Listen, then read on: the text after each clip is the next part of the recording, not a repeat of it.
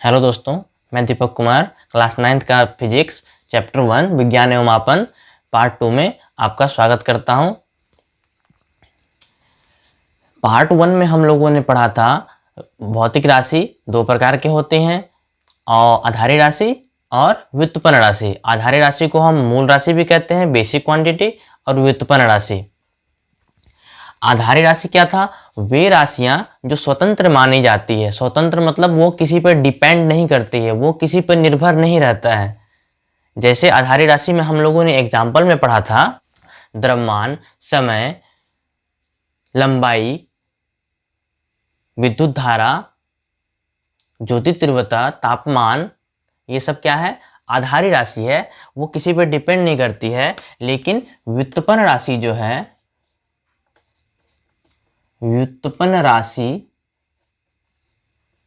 वो किस पे डिपेंड होती है? वो आधारी राशि पे डिपेंड होती है। हम एग्जाम्पल से समझेंगे कैसे। अब हम लेते हैं जैसे आधारी राशि। पहले ये जानना जरूरी है कि आधारी राशि कौन कौन सा होता है। तो हम एक ऐसे सात आधारी राशि होती है। मूल राशियां 7 होती हैं, लेकिन अभी हम एक दो ले लेते हैं। उसके बाद फिर जब हम आधारी राशि 7 होती है, उसको हम लिस्ट वाइज पढ़ेंगे तो उस समय देखेंगे। लेकिन अभी हम एक दो एग्जाम्पल ले लेते हैं, जैसे लंबाई, द्रव्यमान, समय, ये क्या है? आधारी राशि है। तो अब आधारी राशि, व्युत्पन्न राशि आधारी राशि पे कैसे डिपेंड होती है, कैसे निर्भर होता है, ये हम देखते हैं। अब एक एग्जाम्पल ले लेते हैं, चाल। हम लोगों ने पढ़ा है 8 क्लास में, 6 क्लास में, चाल बराबर दूरी बटा समय। अब दूरी क्या है? मान लीजिए हम यहां से यहां तक दूरी, इंग्लिश में कहते हैं डिस्टेंस, यहां से यहां तक हम दूरी तय करते हैं पॉइंट ए से पॉइंट बी तक। तो ये क्या हुआ? ध्यान से देखिए, ये एक प्रकार का लंबाई है। लंबाई हो, चौड़ाई हो या फिर ऊंचाई हो, वो एक प्रकार का क्या है? लंबाई है। कैसे? अगर हम कोई चीज को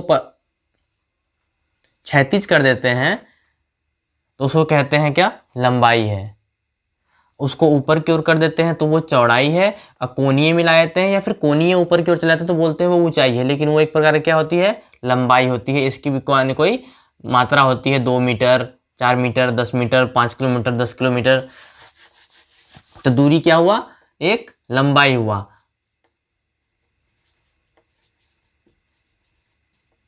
समय ही है।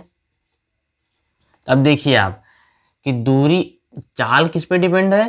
दूरी पर निर्भर है, समय पर निर्भर है। तो दूरी मतलब क्या हुआ? लंबाई पर निर्भर है। लंबाई हमने अभी जस्ट क्या पढ़ा कि वो एक आधारी राशि है। तो यहाँ पे हमने देखा कि व्युत्पन्न राशि आधारी राशि पर कैसे निर्भर करता है।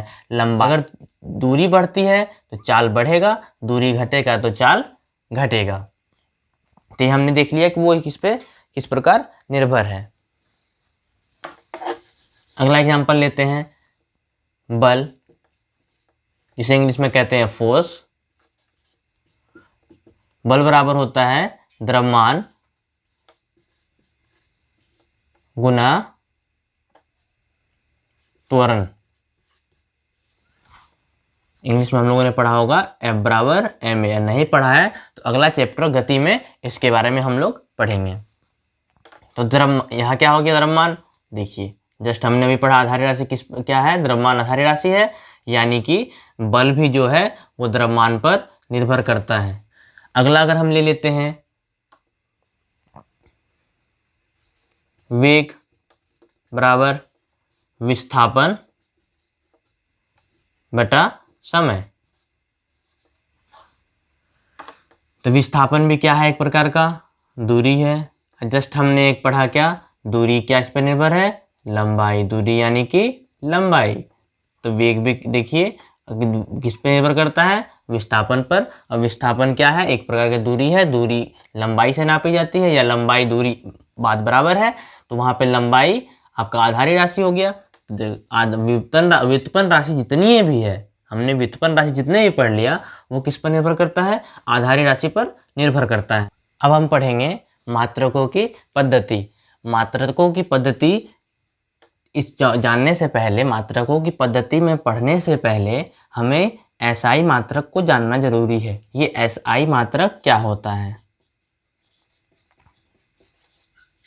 एसआई मात्रक क्या होता है? देखिए, एसआई मात्रक का पूरा नाम होता है इंटरनेशनल सिस्टम ऑफ यूनिट। क्या नाम होता है? International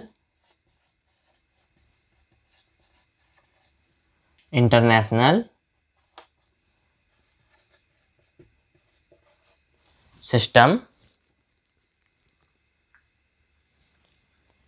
of unit.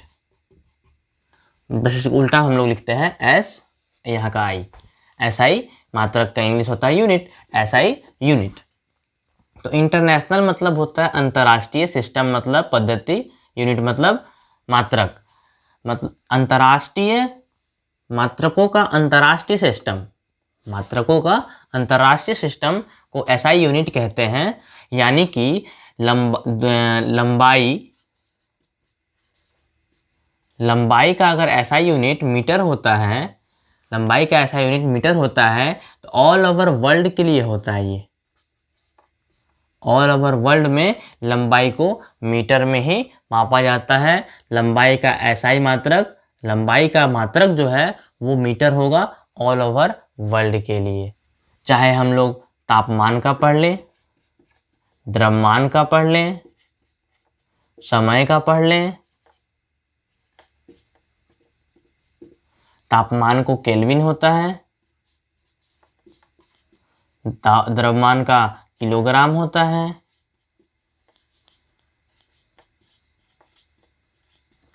समय का सेकंड होता है,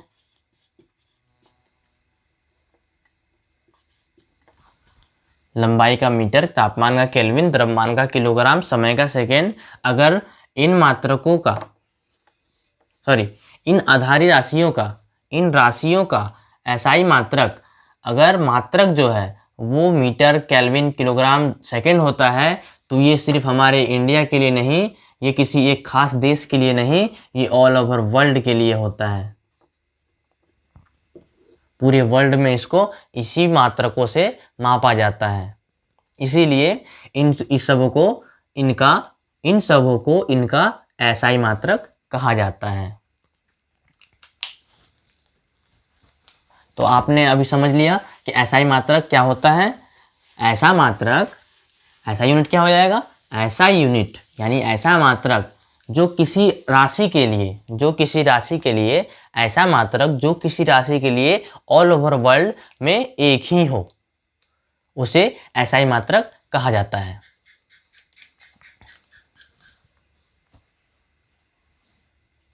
सभी प्रकार के राशियों के लिए मात्रकों के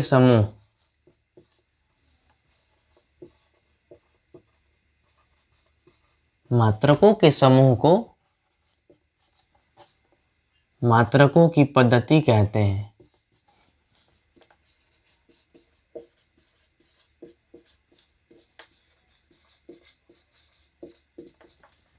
सभी प्रकार के राशि के लिए मात्रकों के समूह को मात्रकों की पद्धति कहते हैं। पे सभी प्रकार के राशि का मतलब होता है, सभी प्रकार के राशि का कहने का अर्थ है यहाँ पे कि ये या तो आधारी हो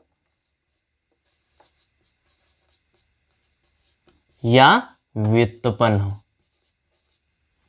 या तो आधारी राशि हो या तो व्युत्पन्न राशि हो। सभी प्रकार के राशियों के लिए जो मात्रकों का समूह होता है उसे मात्रकों की पद्धति कहते हैं। ये मात्रकों की पद्धति जो है वो 3 होती है। मात्रकों की पद्धति कितनी होती है?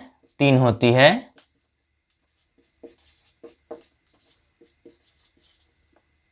मात्रकों की 3 पद्धतियां होती हैं।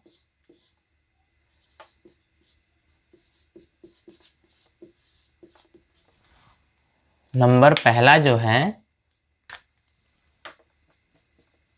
वो होता है सीजीएस पद्धति।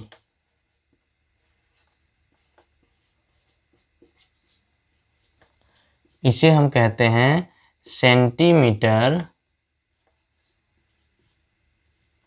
ग्राम सेकेंड पद्धति। इसे हम क्या कहते हैं, सीजीएस पद्धति को क्या कहते हैं, पूरा नाम सेंटीमीटर ग्राम सेकेंड पद्धति। अब ये सीजीएस नंबर सेकेंड, पहले तीनों को देख लेते हैं, उसके बाद बारी बारी से एक एक का अध्ययन करेंगे। सीजीएस के बाद होता है एमकेएस पद्धति। एमकेएस का मतलब होता है मीटर किलोग्राम सेकेंड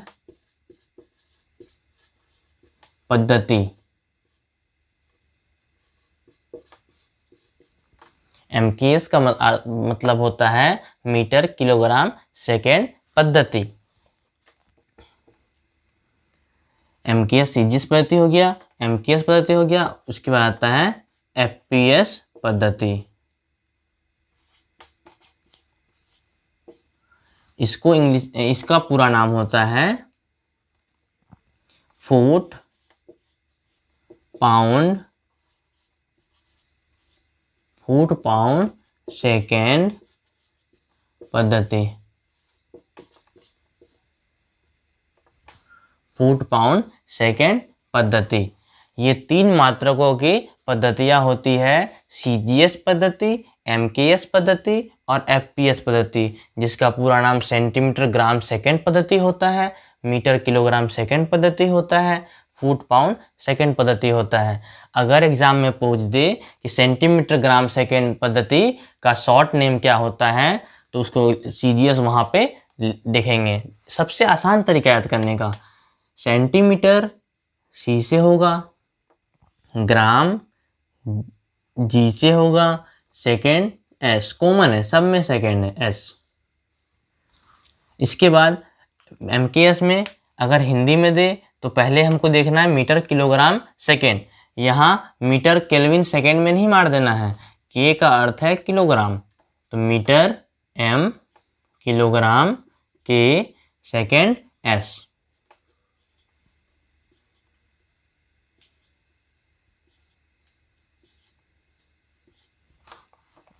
एफपीएस का पूरा नाम है फुट पाउंड सेकेंड पद्धति। तो यहाँ एफ का मतलब फुट, फुट मीन्स पैर नहीं जानना है, फुट मीन्स क्या होता है, लंबाई को नापते हैं हम फुट में, कहते हैं ना 1 foot 2 foot 12 inch equal to 1 foot होता है, वो फुट जानना है। यहाँ पे FOOT फुट मीन्स पैर नहीं पढ़ना है, तो फुट, एफ पाउंड, पी और एस फॉर सेकेंड। तो FPS system, MKS system, CGS system, मात्रकों की ये 3 पद्धतियां होती है। तो मात्रकों की पद्धति कितनी होती है, 3, हम लोगों ने यहाँ तक पढ़ लिया।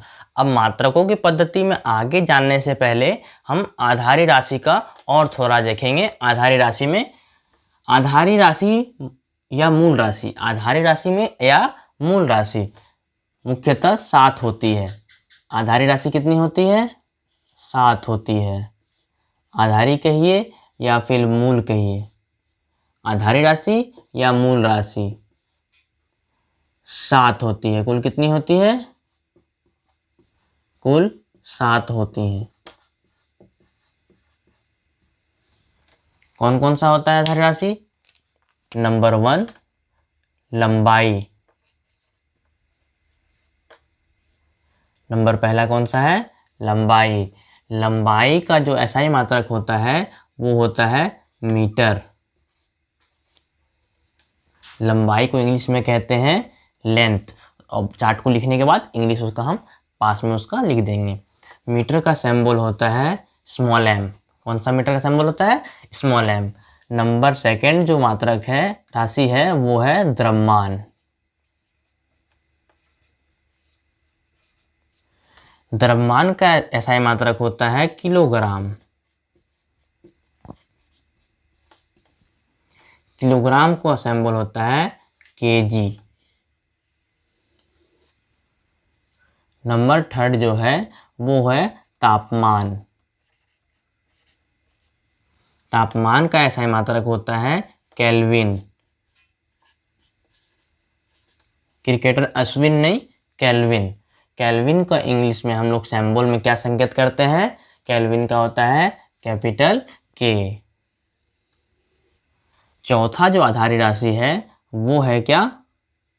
चौथा आधारी राशि कौन सा है? विद्युत धारा।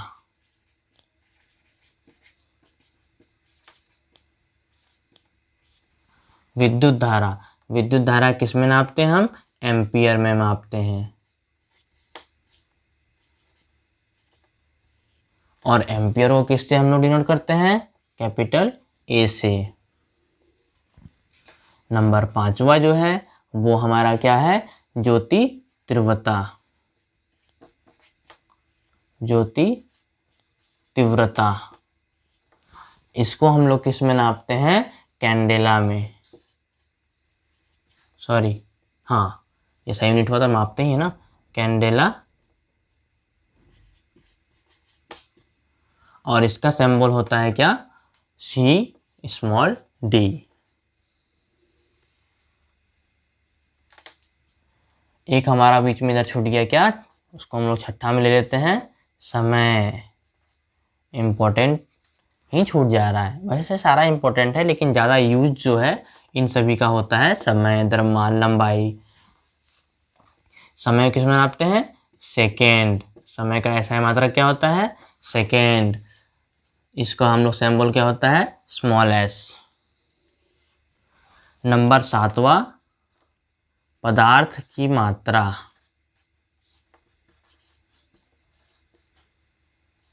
Amount of substance. पदार्थ की मात्रा इंग्लिश क्या होता है? Amount of substance. इसका सिंबल SI यूनिट जो होता है वो होता है मोल। क्या होता है? मोल। सबका हिंदी में लिख रहे हैं, इसका भी लिख दिए हिंदी में, मोल। इसको डिनोट करते हैं MOL से। अब तब तक आप लोग इसको नोट्स कीजिए, हम फटाफट इसका इंग्लिश साइड में लिख देते हैं। तो दोस्तों, आपने नोट कर लिया, या नोट करने के लिए स्क्रीनशॉट लेके आप रख सकते हैं इसको। आधारी राशि कुल कितनी होती है? 7 होती है। ये हमें याद रखना है, इसको हमें बिल्कुल याद रखना है। एग्जाम में ये पूछता है, ऑब्जेक्टिव में हमारा पूछ सकता है। 9th क्लास, देखिए हर चीज़ का बेस होता है। हमारा मैट्रिक का बेस 9th पे डिपेंड करता है। अगर हम लोगों ने 9th की तैयारी बिल्कुल अच्छे से कर लिया तो हमें 10th में बिल्कुल परेशानी नहीं होगा। हम लोग 11th का अगर तैयारी कर लेते हैं तो हम लोग को 12th में परेशानी, ये नहीं है कि पढ़ना नहीं पड़ता है, 10th में या 12th में पढ़ना पड़ता है, लेकिन ये अगर हम ना पढ़ें, इस पर अगर 9th क्लास में हम लोग ध्यान ना दें तो हम लोग को 10th में बहुत ज़्यादा मेहनत करना पड़ता है, और बहुत सी ऐसी बातें हैं जो समझ में नहीं आती हैं। तो ये बिल्कुल हमें माइंड में रखना है। लंबाई का SI मात्रा क्या होता है? मीटर। द्रव्यमान का किलोग्राम, तापमान का केल्विन, विद्युत धारा का एम्पियर, ज्योति तीव्रता का कैंडेला, समय का सेकेंड, पदार्थ की मात्रा का मोल, सिंबल मीटर का M, किलोग्राम का K, केल्विन का K, सॉरी किलोग्राम का kg, केल्विन का K, एम्पियर का A, कैंडेला का CD, सेकेंड का S, मोल का MOL, ये सिंबल होता है। जैसे हम लोगों ने पदार्थ की मात्रा क्या पढ़ा? मोल। उसी प्रकार पदार्थ की मात्रा का परिमाप, पदार्थ की मात्रा का परिमाप जो होता है उसका 2 राशियां बनती है। पदार्थ के परिमाप की परिमाप हम लोगों ने जो पढ़ा, आधारी राशि 7 होती है, उसमें हम लोग सबसे लास्ट में क्या पढ़े? पदार्थ की मात्रा, जिसका SI मात्रक मोल होता है। पदार्थ की मात्रा का जो परिमाप होता है वो 2 होता है। एक पहला क्या? घनकोण, हम उल्टा पढ़ते हैं, पहला में पढ़ लेते हैं समतल कोण, दूसरा में क्या होता है? घन कोण। इसी का दूसरा नाम ठोस कोण भी होता है, सॉलिड एंगल। समतल कोण का क्या होता है? Plane angle. तो इसका जो SI मात्रक होता है समतल कोण का क्या होता है? रेडियन। समतल कोण का SI मात्रक क्या होता है? रेडियन। और घन कोण का क्या होता है? स्टेरेडियन।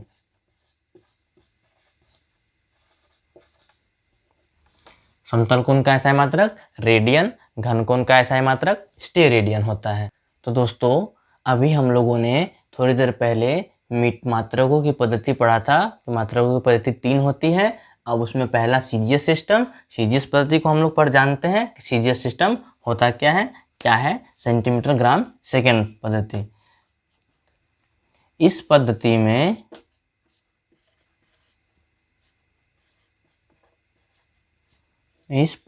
में लंबाई का मात्रक सेंटीमीटर,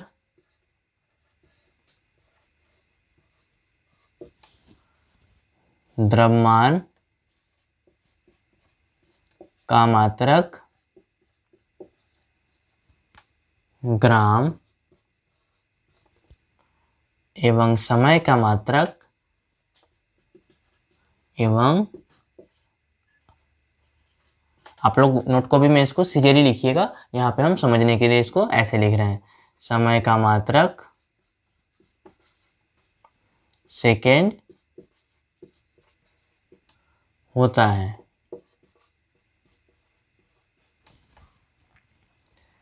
इस पद्धति में लंबाई को किससे मापते हैं? सेंटीमीटर से, द्रव्यमान को ग्राम से, समय को सेकेंड से मापते हैं। एग्जाम में पूछ दे कौन सी पद्धति में लंबाई का मात्रक सेंटीमीटर होता है, लंबाई का मात्रक सेंटीमीटर होता है, तो पहले हम देखेंगे कि लंबाई दिया है और उसका है सेंटीमीटर यानी सीधे CGS पद्धति का टिक मार करेंगे हम। ऑब्जेक्टिव में ये सब क्वेश्चन पूछ सकता है। इस सब क्वेश्चन को 2 सेकंड में लगेगा, आप लोग गर्दा मचा के चले आइएगा। खाली आप लोग ध्यान से चैप्टर का पार्ट 1 भी देख लीजिएगा और पार्ट 2 को भी देख लीजिएगा। अगर आप सारे वीडियोस, अगर मेरे स्टूडेंट गुरुजी के चैनल का आप लोगों ने सारा वीडियो पूरा चैप्टर बाय चैप्टर अगर देख लेते हैं तो आपको एग्जाम में बैठने पर आप चुटकियों में सारे क्वेश्चन को हल कर लीजिएगा। ये मेरा वादा है आप लोगों का। ये सिस्टम को हम लोग और किसी एक नाम से जानते हैं, वो जानना बिल्कुल ज़रूरी है, क्योंकि प्रीवियस ईयर का क्वेश्चन पलट के आप देखिए, वहाँ पे किसी न किसी 1-2 साल पुराना क्वेश्चन में जरूर पूछा होगा ऑब्जेक्टिव क्वेश्चन में कि CGS पद्धति को और इस नाम से किस पद्धति को जाना जाता है। इस प्रकार का ऑब्जेक्टिव आ सकता है। तो इस पद्धति को मीटरी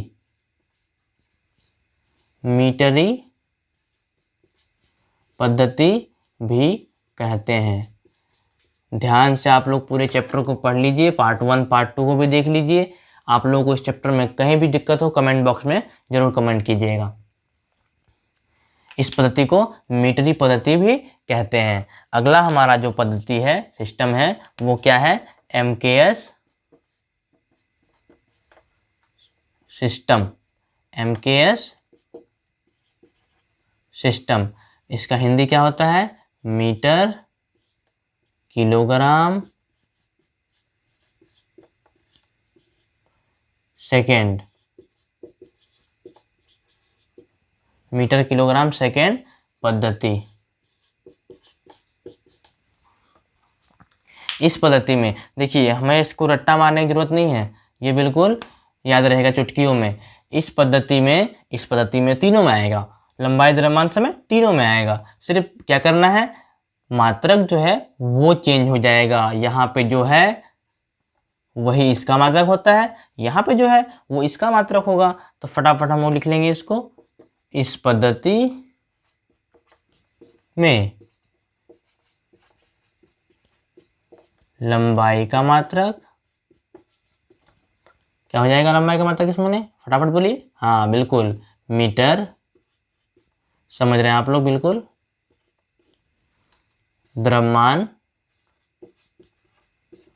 का मात्रक किलोग्राम।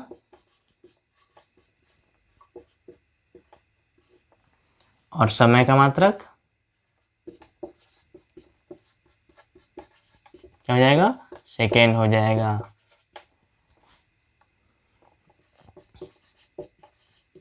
फटाफट नोट कीजिए इसको।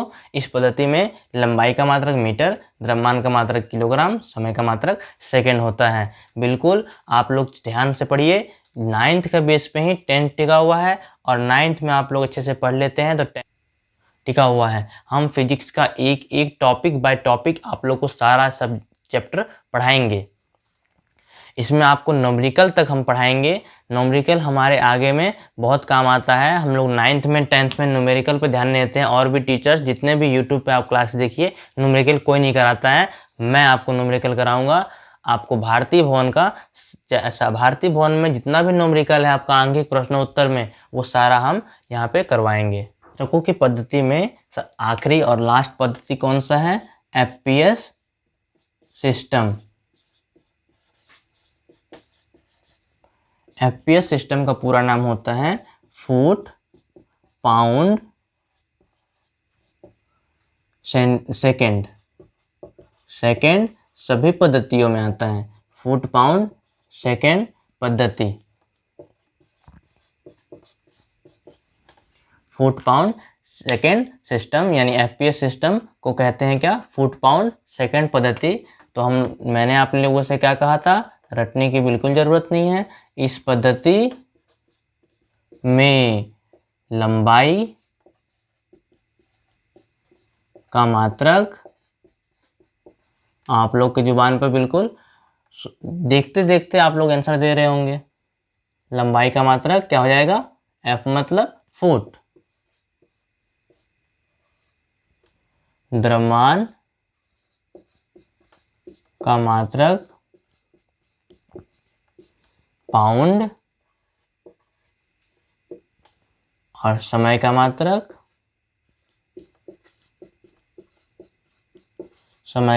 क्या हो जाएगा हमारा? सेकेंड। तो इस पद्धति में लंबाई का मात्रक फुट, द्रव्यमान का मात्रक पाउंड, समय का मात्रक सेकेंड होता है। इसका और एक नाम होता है, इस पद्धति को हम किस नाम से जानते हैं? इस पद्धति को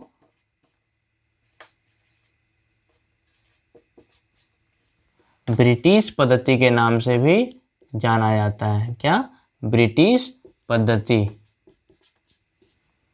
इस पद्धति को ब्रिटिश पद्धति के नाम से जाना, इस पद्धति को ब्रिटिश पद्धति के नाम से भी जाना जाता है, नाम से भी जाना जाता है, वरना इसका तो FPS सिस्टम नाम होता ही है, जाना जाता है। ये ऑब्जेक्टिव में पूछ सकता है, इसको बिल्कुल याद रखेंगे, नोट कीजिए। आप एग्जाम्पल देख रहे हैं, अगर एग्जाम में आ जाए कि चाल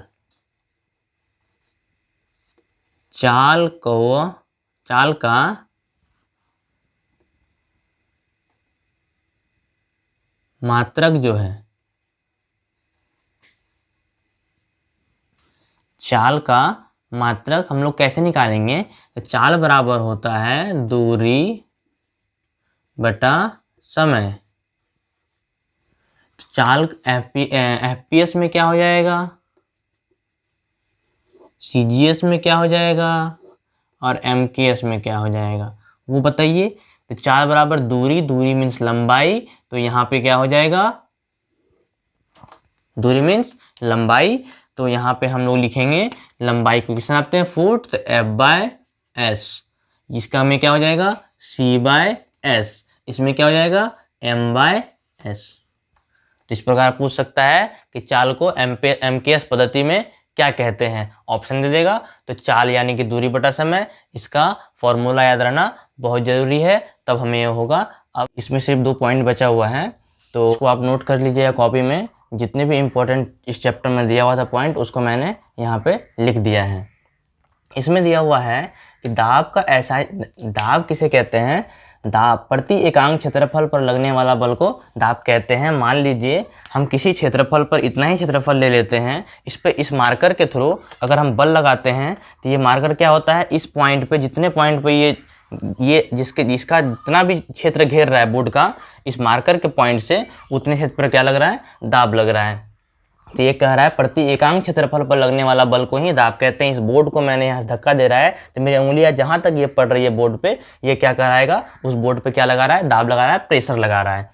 तो दाब बराबर होता है बल बटे क्षेत्रफल।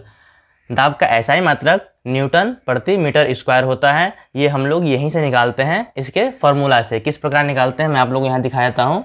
बल को SI मात्रक होता है न्यूटन और क्षेत्रफल का होता है मीटर स्क्वायर। तो यहीं से आया है न्यूटन प्रति मीटर स्क्वायर। इसका और एक SI मात्रक हम लिख सकते हैं, ये प्रति मीन्स होता है भागा डिवाइडेड, तो न्यूटन मीटर के -2 क्योंकि मीटर स्क्वायर है तो न्यूटन मीटर के पावर -2 हो जाएगा। दाब का SI मात्रक पास्कल भी होता है, इसको पास्कल से भी मापा जाता है। आयतन का SI मात्रक घन मीटर या मीटर क्यूब होता है। ऊर्जा का SI मात्रक जूल होता है। CGS पद्धति में ऊर्जा का SI मात्रक कैलोरी भी होता है, जहाँ 1 कैलोरी बराबर 4.2 जूल लगभग होता है। प्रकाश वर्ष किसे कहते हैं? एक प्रकाश वर्ष में प्रकाश द्वारा तय की गई दूरी को प्रकाश वर्ष कहते हैं, जहां एक प्रकाश वर्ष बराबर 9.46 गुना 10⁻12 किलोमीटर होता है। दोस्तों इसको याद कर लेना, बिल्कुल इसको एकदम याद करके रखना है माइंड में, क्योंकि ये ऑब्जेक्टिव में पूछ सकता है। गैसीय दाब को मापने के लिए एटमॉस्फेयर, जिसको हम डिनोट करते हैं ATM से, प्रयोग करते हैं। स्मॉल में ATM लिखते हैं, कैपिटल में नहीं, तो वो ऑटोमेटिक टेलर मशीन ATM कहलाएगा, मशीन जिसे हम लोग विड्रॉल करते हैं मनी। तो वो यहाँ पे नहीं है, यहाँ पे स्मॉल ATM लिखा हुआ है। इसी से हम लोग किसको करते हैं, गैसीय दाब को मापते हैं, जहाँ एक ATM बराबर 1.01 गुना 10⁵ पास्कल होता है। और जो एक पॉइंट बचा हुआ है इसमें, वो है केल्विन को सेल्सियस में बदलना, सेल्सियस को केल्विन में बदलना। तो वो हम पहले अब जानेंगे। ताप और ऊष्मा के मात्रक, ताप और ऊष्मा के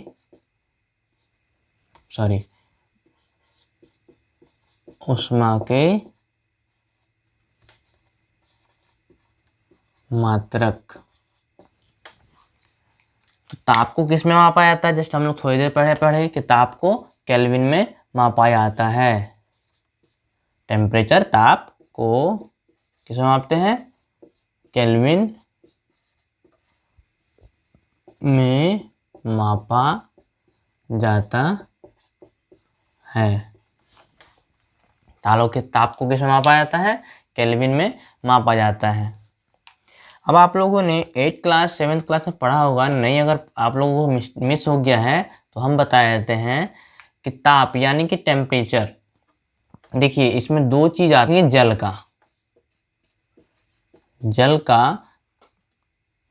का क्या, क्वथनांक और गलनांक। जल का गलनांक कितना होता है?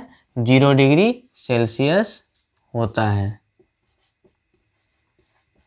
जल का गलनांक कितना होता है? 0 डिग्री सेल्सियस होता है। और जल का क्वथनांक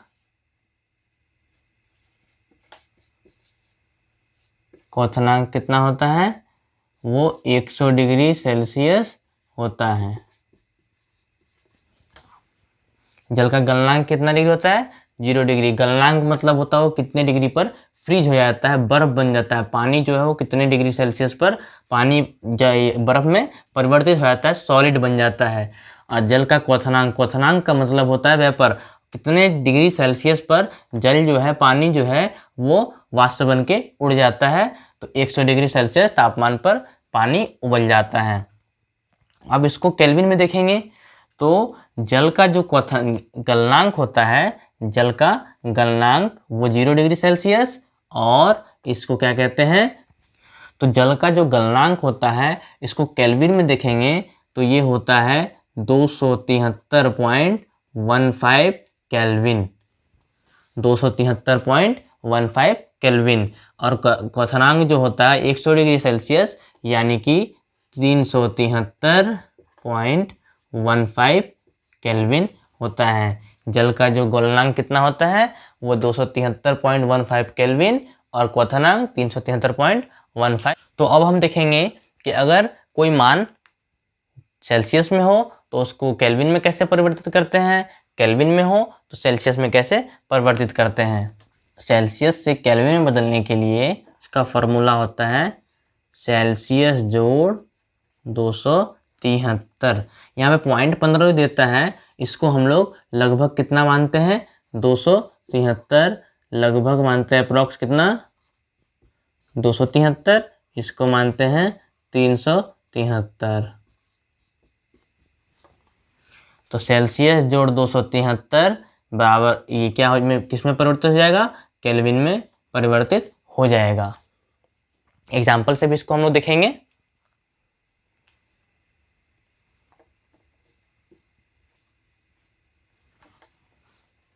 जितना भी डिग्री सेल्सियस दिया हुआ है सेल्सियस में 273 जोड़ देंगे तो वो केल्विन में परिवर्तन हो जाएगा। जैसे तो हम लोगों ने जस्ट अभी क्या पढ़ा, जितना भी डिग्री सेल्सियस दिया हुआ है उसमें 273 जोड़ देना है। 25 जोड़ 273 इजिकल टू 5 और 3 8, 2 और 7 9 और 2 का 2। 25 डिग्री सेल्सियस को अगर हम लोग बदलते हैं तो केल्विन में कितना होगा 298 केल्विन हो जाएगा। जस्ट इसका अपोजिट हम लोग देखते हैं कि अगर केल्विन को सेल्सियस में बदलना हो तब हम क्या करेंगे, तो यहाँ पे जस्ट प्लस है, इसमें जस्ट माइनस कर देंगे। इसका फॉर्मूला क्या बनाएंगे हम, केल्विन को किस में बदलना है सेल्सियस में, तो केल्विन में क्या करेंगे kelvin minus 273 degree equal to Celsius. तो इसका एग्जाम्पल हम लोग देखेंगे। इसका एग्जाम्पल में क्या जाएगा, मान लेते हैं अगर एग्जाम्पल में जैसे दिया हुआ है 300 केल्विन को सेल्सियस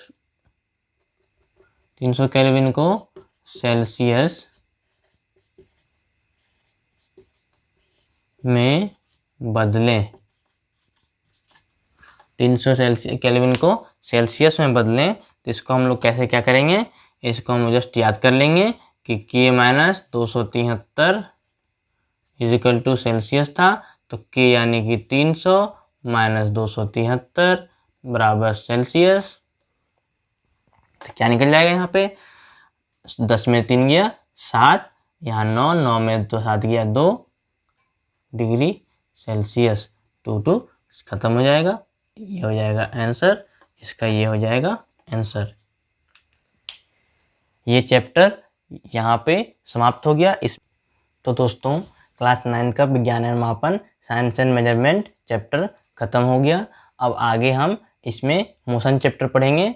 स्पेशली आप लोगों को थैंक्स, आप वीडियो को लास्ट तक देखने के लिए और समझने के लिए। कमेंट ज़रूर कीजिएगा कि वीडियो आप लोगों को कैसा लगा, और अपने दोस्तों में भी लाइक शेयर कीजिए, और आप लोग लाइक कीजिए, दोस्तों को भी बोलिए लाइक करने के लिए, और दोस्तों को कहिए और भी आगे अपने दोस्तों को शेयर करने के लिए, ताकि ज़्यादा से ज़्यादा बच्चे इसका फ़ायदा उठा सकें। यहाँ हमने साइड में एक चीज़ बात लिखा है, आप लोग ध्यान दीजिएगा। ज़िंदगी साइकिल चलाने की तरह होती है, बैलेंस बनाए रखने के लिए लगातार चलते रहना चाहिए। सेम थिंग्स, मेरे हिसाब से सेम थिंग्स आता है पढ़ाई में। ये अल्बर्ट आइंस्टाइन द्वारा कहा गया था, ज़िंदगी साइकिल के चलाने की तरह होती है, बैलेंस बनाए रखने के लिए लगातार चलना चाहिए। अगर हमें किसी चीज़ के बारे में जानकारी प्राप्त करना है, साइंस में हम लोगों ने पढ़ा था कि लगातार क्रमबद्ध तरीके से प्राप्त ज्ञान को साइंस कहते हैं। तो सेम आता है आपका पढ़ाई में कि अगर हम किसी चीज़ के किसी बारे में पढ़ते हैं या सीखते हैं तो लगातार उस चीज़ के बारे में सीखते और पढ़ते रहना चाहिए, तभी हमारा बैलेंस और याददाश्त तेज रहता है। Thank you.